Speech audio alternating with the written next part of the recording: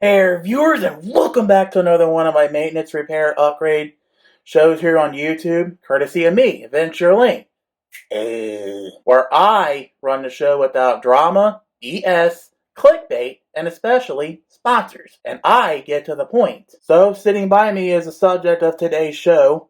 Got my girlfriend's HP Elite 8200 small form factor computer. Not a sponsor, as Erigo would say. It's just what she got and what we're working on today. So, with that being said, this is Christmas 2019 at the time I filmed this video and put it up on YouTube anyway. I figured I'd be nice and give my girlfriend some upgrades to her computer to hopefully where it'll be a little more usable for her. We're going to go from this to this. So as Lord Voltaire would say, you better sit back, strap on, and prepare yourselves for a nice little Christmas 2019 upgrade of my girlfriend's computer that'll hopefully give her a little bit more oomph. Let's do it. Alrighty, first thing we're going to do is we're going to pop up this panel right here. Boom. Now it's open. This would also be a good time to make sure that everything is disconnected as far as power and all that goes. So be sure to disconnect that too. Next thing we're going to do is we're going to pull up this little panel here. Pull it up, make sure it's out of the way of all the cords and such. Up and out, boom. Now we got to remove 4 screws off this heat sink. There's a Torx provision and a flathead provision here, here, here, and here. Go on ahead and do that now.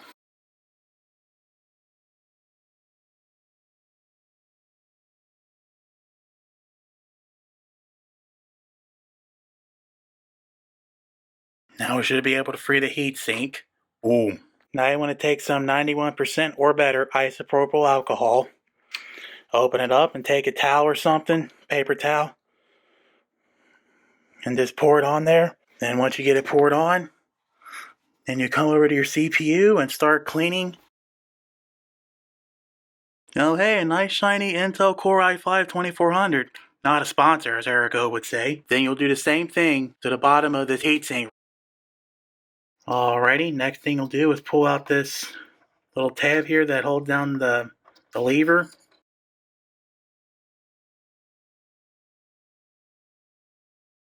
Pull up and out, boom. Then remove this little cover here, boom.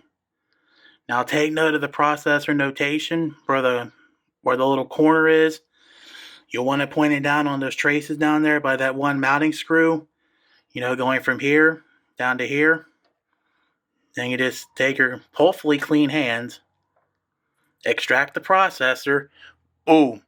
And a shinier Intel Core i5-2400.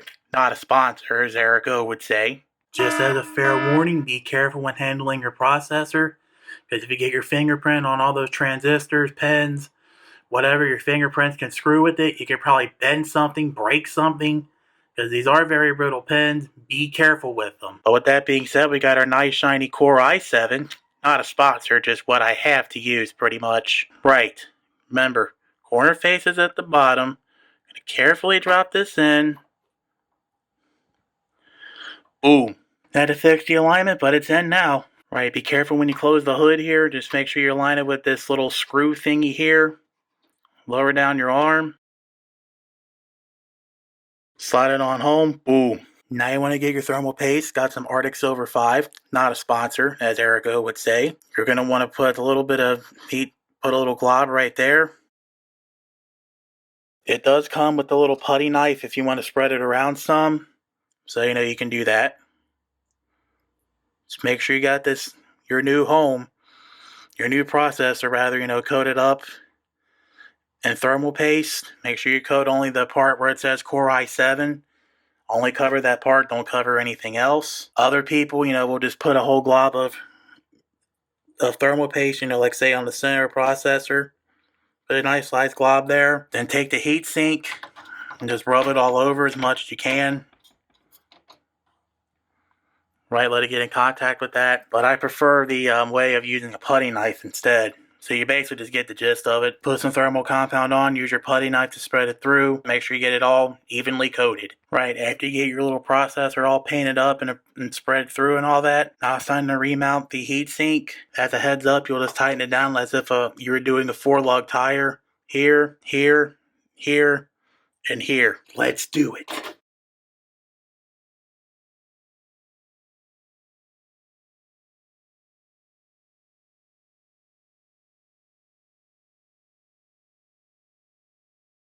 Boom. Before you put the hood on, one more step. You'll just want to put this little duct right back where it was. Now after a CPU upgrade, you may want to reset your BIOS. You can find a BIOS jumper, or better yet, just pull a CMOS battery. Should pop out. It would take a little bit of finessing, but you can get it out this way. Boom. As Taraz Cool would say, boom. Now of course you remove the battery, not like that, but a much better way of removing the battery. And you'll keep it removed for about, say, 30 seconds. Pop it in, boom. Okay, now we're going to swap out the RAM sticks, but unfortunately one's kind of trapped by this optical disk drive here. So what we're going to do is we're going to have to pull up on this drive bay here. Optionally, you could disconnect the SATA power and data lines from the CD-ROM or DVD-ROM or whatever kind of drive this is. But as long as you keep it in an upright position like this, you're good. There's 4 little tabs you have to remove. Here, here, here, and here. Got to do the same thing on the other side too. Again, here, here, here, and down here.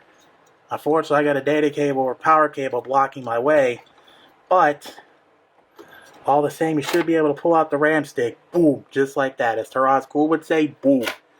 Pull out one stick, wiggle out the other stick. Be careful when removing the stick so you don't cause static discharge. That's why you want to keep your arm and hand and all that on a bare metal part of the chassis, like right there. And all 4 sticks are out. Boom. Now what we're going to throw in its place is some DDR3 4x4 16 gig memory. It's Corsair XMS3. Not a sponsor, as Erico would say, but it's just what I decided to pick out. FYI, the manual says you can get 4 1 gig sticks to make 4 gigs. You can get 2 gig sticks and a combination of 4, like what's right there, which makes 8 gigs by what came with by default on this computer. Or you can go for a 4x4, which is 4 sticks at 4 gigabytes a stick for 16 gigs altogether. It's 1333 megahertz RAM, as you can see, or not see, or something. Of course, parts will be in the video description, the links to them anyway. Keep in mind that these RAM sticks can only be installed one way. So as I got it here and I got it up there, perfect. I'm just going to sneak it onto the back slot here. Right, I think it's in. All I got to do is push down on the stick. Ooh. Both sides clicked. One clicked, the other clicked. Now I suppose we'll be installing the other sticks as so. Now after you get the 2 backmost sticks in, you can pretty much lay the drive back in its home, and we can try to install the other 2 sticks. Make sure we get the orientation right. Sneak it past all these cords. Drop it in. Click. Click, boom, as Taraz Cool would say. Boom. Now we just install the last stick.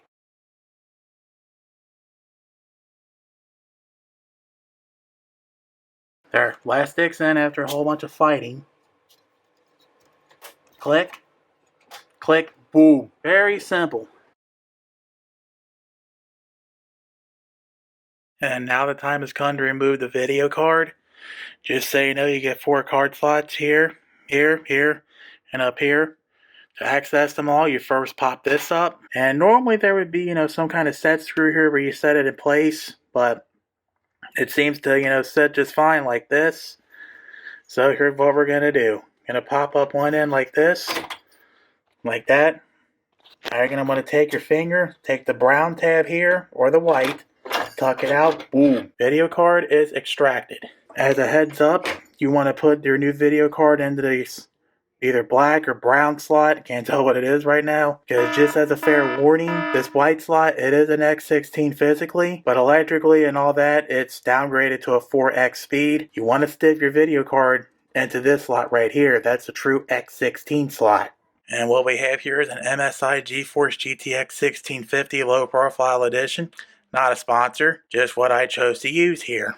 As an FYI, I went through the box. I didn't see a disc in this box. Yours may come with a disc. I don't know. But either way, just in case, you may want to install the nVidia drivers. Before proceeding, just download the nVidia GeForce Experience, sign in through there and make an account. Download the latest nVidia Game Ready drivers, install them, and you're ready to go. Before we disassemble the computer, you may also want to download this utility called Direct Driver Uninstaller. Links are in the right here. They'll also be in the video description as well. Right, now as you can see, I'm in safe mode. There's plenty of ways to get into it on Windows 10. I'll link an article to show you how to get into safe mode on Windows 10. But after you get into safe mode, you open up the display driver installer. You'll first select what device you want to uninstall. We're going to install a GPU. Click this drop down menu. Now I said we're going from nVidia to nVidia, so we're going to click nVidia. Otherwise, if you're going from AMD to this card, you want to go to AMD. If you want to delete your default Intel graphics driver, you click Intel. But we're just going to say nVidia. We're going to hit clean and shut down. I say clean and shut down because for some reason these HP Elites have a little bit of a problem when it comes to restarting. Like, it'll turn off the computer, but it'll just hang on restart. Then we go turn it back on for the next boot. It'll take forever to post and make the power supply fan run like a banshee. So yeah. Then we just let it do its thing. And then after that, we can open up the computer and install our video card. Let's do it. Now I had to remove these standoffs. What I did was I just sneak in a pair of these needle nose pliers, twist it off, boom. Of course, I have to do that to the other side too. You know, sneak on your needle nose pliers and just keep twisting it off. Just like that. If anyone has the proper size for these little standoffs, please put it in the YouTube comments below this video. There's also a small Phillips head screw that you need to remove as well. Thought I'd call that out now. It's like, say, like a jeweler size, like 1, 2, 3 or whatever. So do be aware of that. Don't forget to also remove this connector guard here, so that way you don't get your butt kicked later. Slide it off. Boom. Now you gotta remove one of these blanks. You need to remove this one right here. Up, slide it up and over. Boom. Don't touch the little connector down there. Just be careful. Handle it like so. Slide it on over. Feed it in like this. Make sure you have it aimed right on the brown, black, or whatever it is PCI connection. Slide one end in. Slide the other in. Boom. Of course, I could install this a little more neatly. Now, as an FYI, I had to off-cam straighten this out a little bit. I just put one finger, pushed it in back here, then slowly got it out, stretched it out over here, so where the card slot, goes over this pin and this pin. And obviously, we close the proverbial hood here when we're done playing with our cards. Boom, just like that. Boom. And now, as Dragon1, aka Ian, would say, we got ourselves an SSD. Samsung VNet SSD 860 QVO, not a sponsor, just what I was using.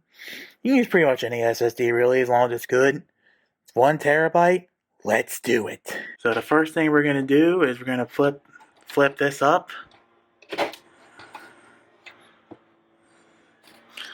Get easy access to all the cables that we need to free out the disk drive here, optical disk drive.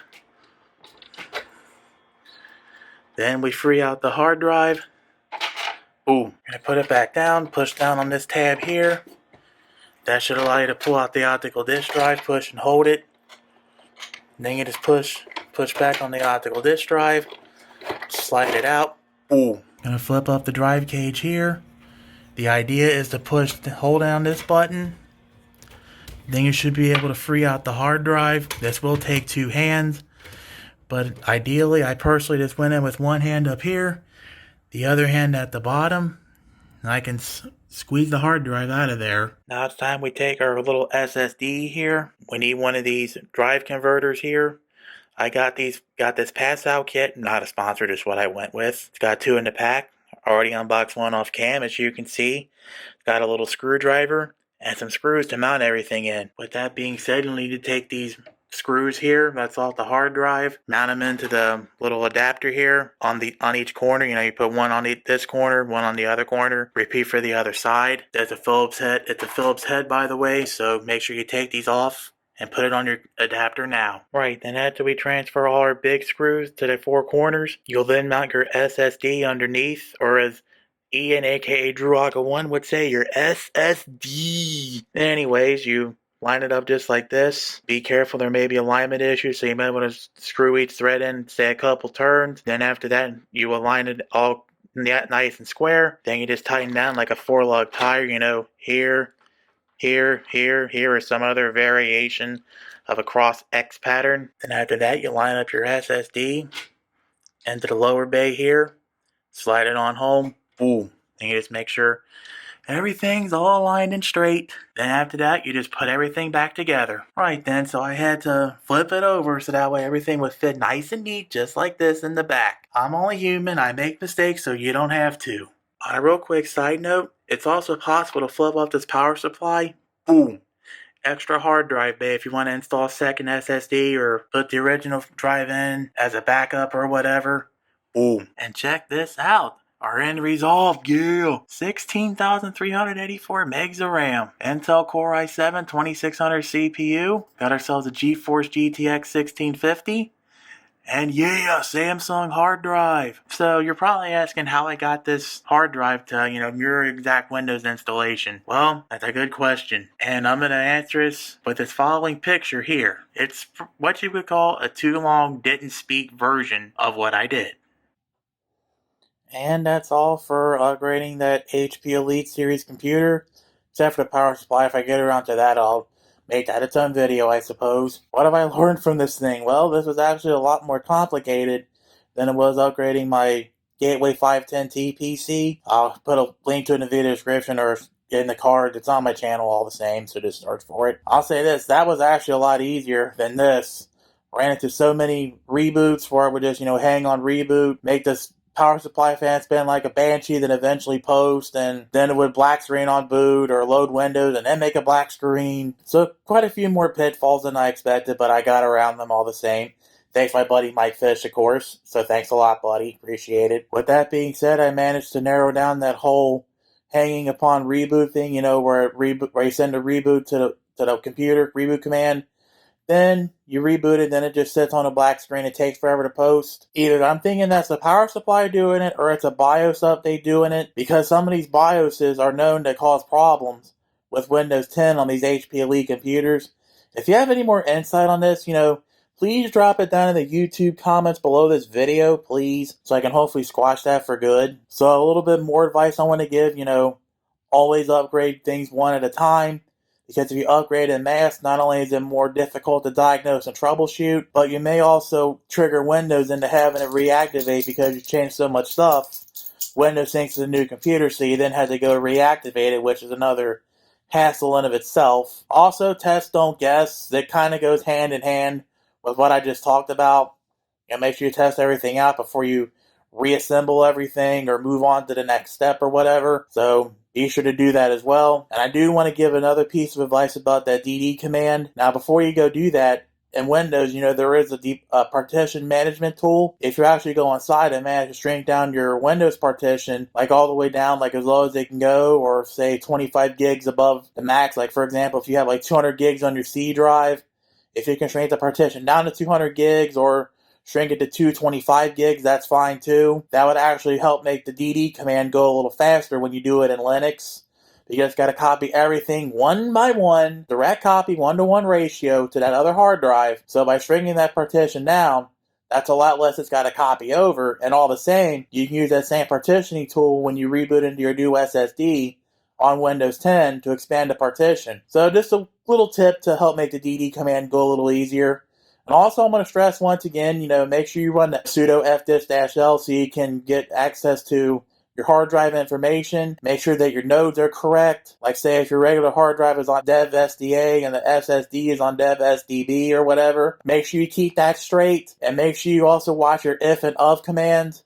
Because if you typo those, or say dd if dev SDB, which is your SSD, of dev SDA, which is your hard drive you're trying to copy over in the first place, all you're going to do is just blank your hard drive. And then you're pretty much screwed, and then from there you're pretty much just better off installing Windows 10 in the first place on the new SSD, because you just kind of destroyed the other partition's data. Oops. So yeah, be very careful about that dd command. Make sure you watch it very carefully. Don't typo the if and of. Don't confuse your nodes. Otherwise, you're in trouble. So that's pretty much all the advice I want to give. I want to say that I upgraded everything. Everything works. She's happy. Yeah. Happy girlfriend, happy life, happy me. Oh yeah! As the late Macho Man Randy Savage would say. So anyways, I want to end the video by saying, as always, I'm AdventureLink. Thank you for watching. Thank you for your support, past, present, and future. If you have any questions, comments, concerns, whatever, or if you have an HP Elite series that you want to upgrade and go through with it, kindly leave it down in the YouTube comment box below this video. In addition, be sure you rate, subscribe, share it with your friends and family, because it helps me make a living here on YouTube, or at least keeps it going anyway. More importantly, it gets my word out. It also lets YouTube, myself, know if I'm doing a good job or not making crappy videos, or otherwise wasting my time with duds everywhere. And as always, if you never want to miss another video from me again, gotta ring that bell. Please don't forget the medical bills and social media links and services down in the video description. All parts will be in the video description. Please consider following me on social media, donating, etc. Any amount helps out, and as Gabe for the Grave would say, let's keep this channel and myself alive and undead. Now I'm going to sign off with the wise words of Wizard of America Carter, reminding you guys to be safe, have fun, and of course, stay dirty. And as Eric O would say, viewers, if I can do it, you can do it. Take care. See you for the next video. Till then, have yourself a great rest of your day, evening, whatever time of day this is for you. Have a good one.